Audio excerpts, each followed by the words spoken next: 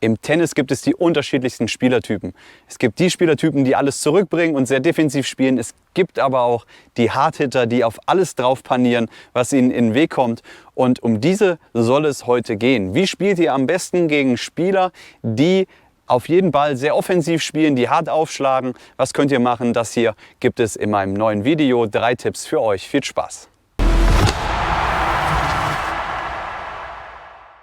Der Hardhitter ist ein Spielertyp, der sehr offensiv spielt, der eher auf den direkten Punkt geht, als auf des Gegners Fehlers zu warten. Und der Hardhitter ist ein Spielertyp, der versucht, möglichst wenig Schläge für den direkten Punktgewinn oder für den Punktgewinn zu benutzen.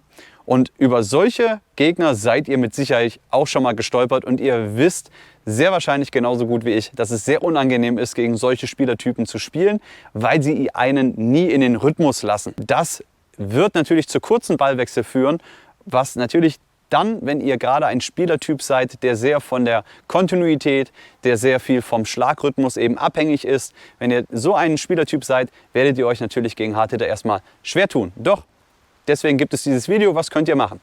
Gefällt dir mein Video? Dann schau in die Videobeschreibung. Dort erfährst du, wie du mich unterstützen kannst. Weiter geht's. Mein erster Tipp ist auf jeden Fall, geduldig zu spielen. Ihr solltet versuchen, die Ballwechsel so lang wie es geht zu halten. Denn euch sollte immer bewusst werden, der Hardhitter ist natürlich auch ein Spieler, der aufgrund seiner offensiven Spielweise dazu neigt, natürlich auch den Fehler zu machen. Der Hardhitter ist eher ein Spielertyp, der eher flach und mit wenig Spin übers Netz spielt und dadurch natürlich auch immer in die Gefahr kommt, den Ball ins Netz zu spielen oder eben zu lang zu spielen. Und das muss euch immer im Bewusstsein sein. Je länger ihr es schafft, den Ballwechsel lang zu halten, desto größer steigen oder deswegen desto größer werden natürlich eure Chancen, den Ballwechsel auch zu gewinnen.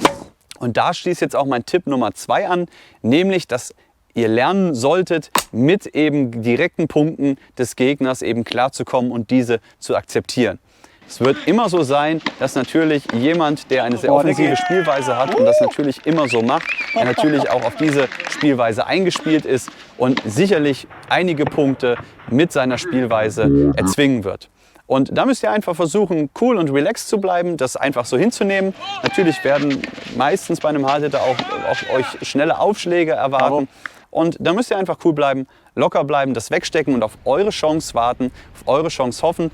Immer natürlich auch den Matchplan, den ihr euch wahrscheinlich vorgenommen habt, im Auge zu behalten, die Ballwechsel lang zu halten, vielleicht auf die schwächere Seite des Gegners zu spielen, natürlich eine gewisse Länge zu spielen, euch immer darauf zu fokussieren, aber letztendlich natürlich auch einfach mental zu akzeptieren, dass es durchaus Punkte geben wird, die einfach an euch so vorbeigehen werden. Mein letzter und dritter Tipp ist es, variantenreich zu spielen, denn das mag der Hardhitter in der Regel überhaupt nicht.